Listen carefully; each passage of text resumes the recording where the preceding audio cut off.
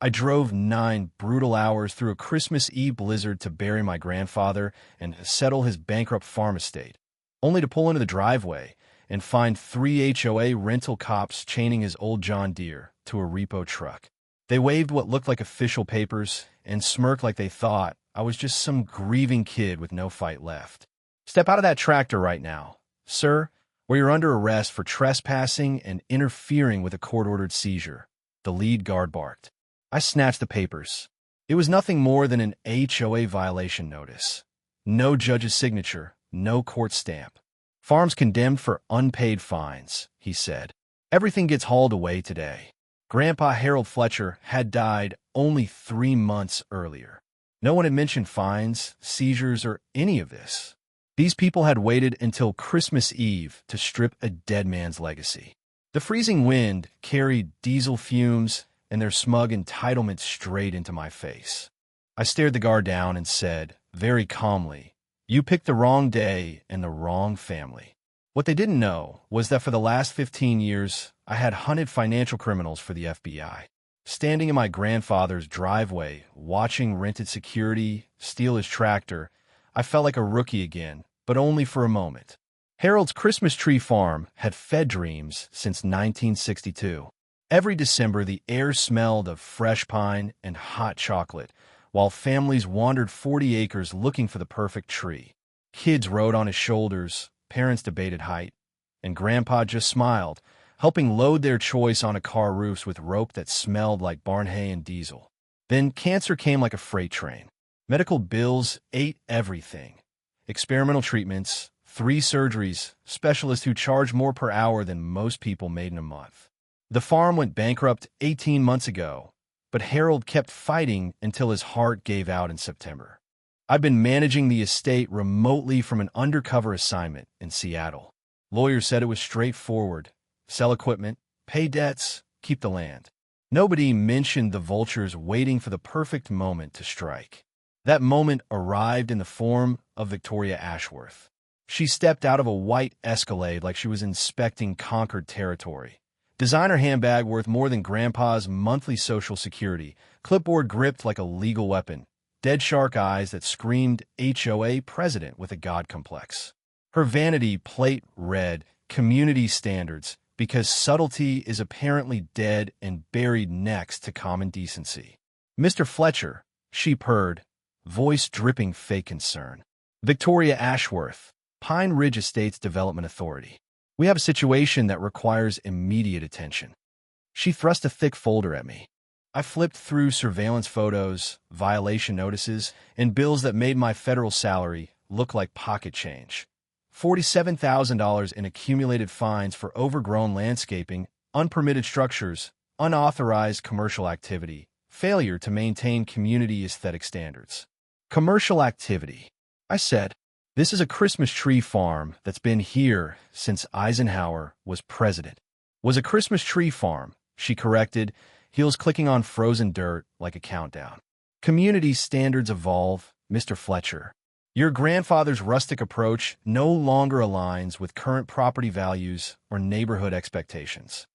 The folder was stuffed with time-stamped, measured, catalog photos of every blade of grass that grew too tall, every board that weathered naturally. Someone had been stalking the place for months. "You have exactly 48 hours to remit payment in full," she said, checking her gold watch. "After that, seizure proceedings begin immediately. 47 grand for letting grass grow while my grandfather fought for his life. Show me your legal authority for these assessments." She smiled like a crocodile, eyeing a wounded deer. "Emergency community protection powers. When significant investments are threatened by neglect, we're authorized to act decisively." Her vanilla perfume battled the diesel fumes from the repo truck. "We're not villains here. We're protecting what honest, hardworking families have invested in this community." I looked at her version of honest, hardworking families.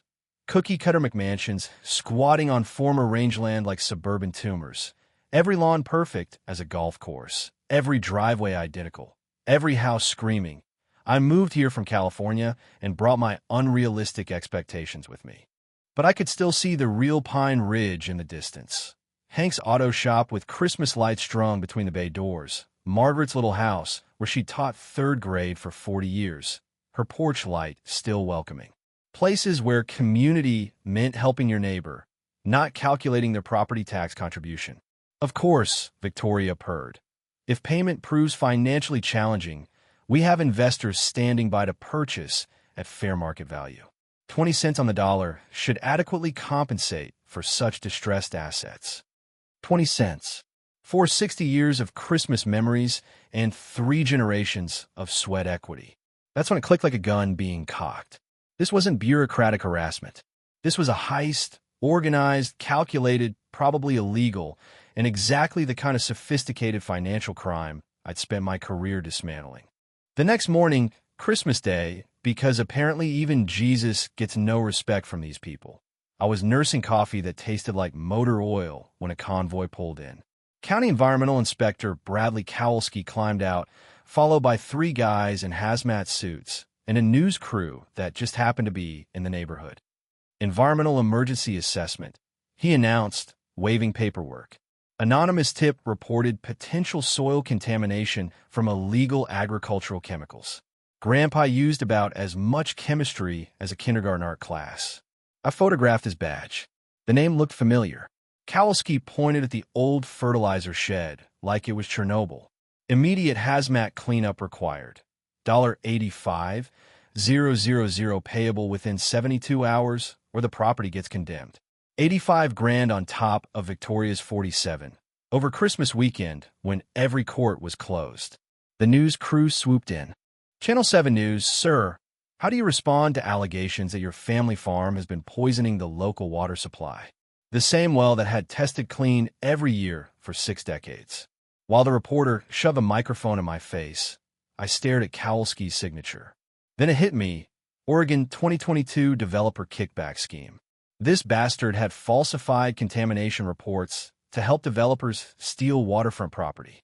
I'd spent 6 months building that federal case. He was supposed to be in prison. Mr. Kowalski, I called out loud enough for the cameras. Interesting career change. Last I heard you were serving federal time for falsifying environmental reports. His face went white. While he scrambled, I stepped inside and fired up my laptop. Federal databases don't take holidays. 10 minutes later, I had his complete criminal history, parole status, and a $40,000 deposit 3 days earlier from Pine Ridge Environmental Consulting LLC, Victoria's company. Victoria's Escalade pulled up as the news van left. Perfect timing, almost like she'd been watching. Such a tragedy, she said, stepping around imaginary contamination in designer heels. Environmental issues make property practically worthless, but our investors are still willing to help. Mrs. Ashworth, I said, scrolling through my screen, I'm curious about Pine Ridge Environmental Consulting. Your company paid Inspector Kowalski $40,000 3 days ago. Federal conviction for environmental fraud. Currently on parole. Quite a coincidence. Her smile froze. I'm sure I don't know what you mean. Hiring convicted felons to falsify government reports is a federal crime. RICO conspiracy if it's part of pattern. She clicked back to her car without another word, but I caught her frantic phone call through the window. Someone was about to have a very uncomfortable discussion. By December 26th, her operation was in overdrive. My mailbox was stuffed with 31 separate violation notices, unauthorized agricultural structures, commercial activity without retail permits, unlawful storage of vintage farming equipment. My grandfather's 1960 John Deere was now a neighborhood eyesore threatening property values. Total retroactive fees, $23,000 just for Christmas tree sales dating back to 2019. Then the collection call came. Mr. Fletcher, this is Jennifer Walsh from Cascade Collection Services. Our records show you're currently $112,000 in arrears. Yesterday, it was 47 plus 85. Apparently, math worked differently in Victoria's universe. They've frozen my bank accounts without a court order. Cascade Collection Services, registered in Delaware 3 months ago, right after Grandpa died. Registered agent, Pine Ridge Environmental Consulting, owned by Mountain View Development LLC, which belonged to Pristine Valley Holdings, which traced to Ashworth Family Trust. Victoria hadn't created a shell company. She'd built an empire. I drove into town and found Margaret Henley hanging Christmas lights in the freezing wind. She taught third grade for 40 years. If anyone knew where the bodies were buried, it was her. Queen Victoria and her merry band of land pirates, she said. Started innocent. Landscaping rules, architectural guidelines. Then she realized people were too scared or broke to fight back. 3 families lost their properties this year. Same playbook. Violations, fines, impossible debt, convenient investors. My phone rang again. Mr. Fletcher, this is your final notice. We're prepared to settle for 60 cents on the dollar. Upon further review, $10,000. From $112,000 to $10,000 in one call. That wasn't negotiation. That was panic. December 27th brought psychological warfare. Anonymous flyers appeared under every door. Grainy photo of me, headline federal agent under investigation. Is your family safe? Claimed I was using Pine Ridge as a base for illegal surveillance. The whisper campaign spread fast. Calls poured in demanding I relocate. At Hank's auto shop, he looked like he'd aged a decade. I can't work on your truck anymore. Half my income comes from those McMansion folks. They made it clear, support you, lose their business. The flyer paper had a printer's mark, CCS 2025. Cascade Campaign Services, the same Cascade as the collection agency. Victoria was using the same infrastructure for everything. Attack flyers, elections, permits, rezoning. She'd been buying democracy one election at a time. Using campaign resources to print anonymous attack materials is federal election fraud. Coordinating with collection agencies and development schemes. RICO with a bow on top. The Pine Ridge Safety Committee meeting was manufactured outrage in a community center smelling of disinfectant and broken democracy. Victoria sat front row, playing concerned neighbor. Agent Fletcher refuses to explain his surveillance activities. Our community deserves transparency. I stood slowly, holding the original 1962 Federal Agricultural Preservation Agreement Grandpa had hidden in his safe. This farm has been under federal agricultural protection since 1962. Every violation, fine, and seizure attempt has been a federal crime punishable by 20 years. The room erupted. Neighbors who'd been ready to lynch me suddenly wanted answers from Victoria. I opened Grandpa's evidence folder. Wire transfers to county officials, recorded conversations planning property seizures, architectural plans for Pine Ridge Mountain Resort with our farm marked acquired. Victoria Voltif. Emergency meeting. We have massive federal problems.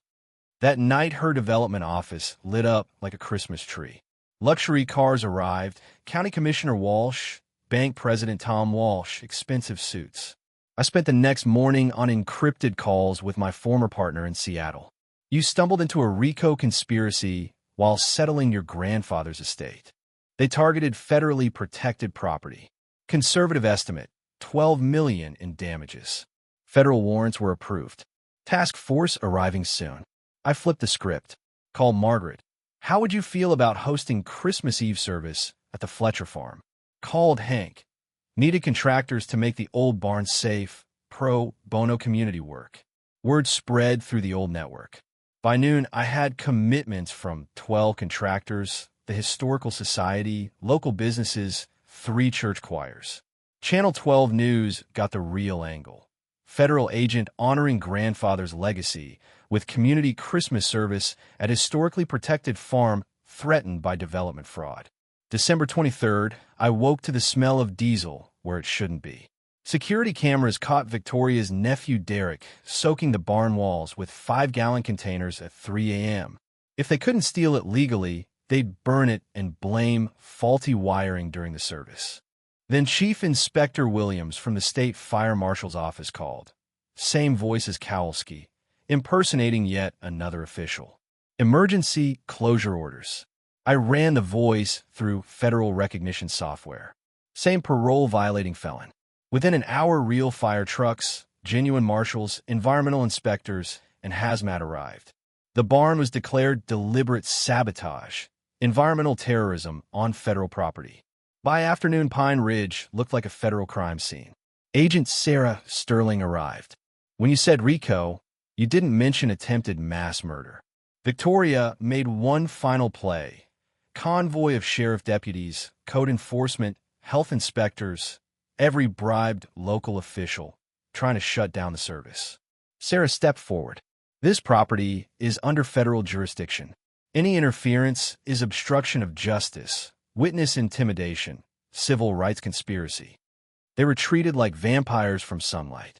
Christmas Eve, 7 p.m. The barn glowed with lights that had survived arson attempts.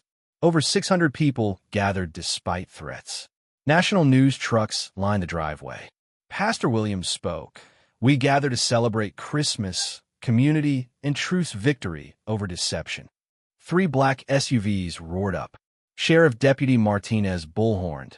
Disperse immediately. Emergency authority due to terrorist activities.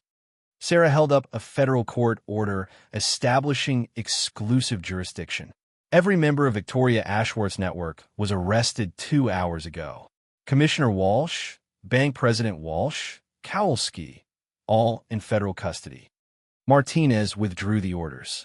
The crowd exploded in applause. As carols filled the barn, the smell of pine needles mixed with hot chocolate and justice. Victoria's reign ended in handcuffs on national television. 6 months later, the valley had changed. Victoria pleaded guilty to racketeering, 18 years. Her nephew got 15 for environmental terrorism. The network faced similar sentences. Federal forfeiture recovered over $40 million, returned to defrauded families. The Johnsons got their ranch back. Old Pete Brennan's grandchildren had college funds.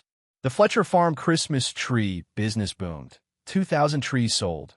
Waiting lists for next year. The old barn became the Fletcher Agricultural Protection Center, offering free legal help to rural families facing similar schemes. Margaret ran operations. Hank restored vintage equipment. We'd already helped 12 families across 2 states.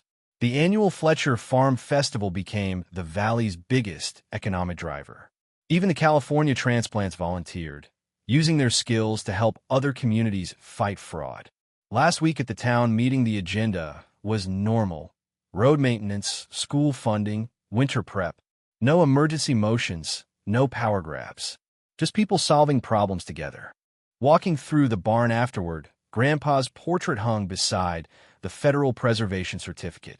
Moonlight streamed through windows that had seen 60 years of seasons. I could almost hear his voice in the wind. You did good, son. You kept the promise.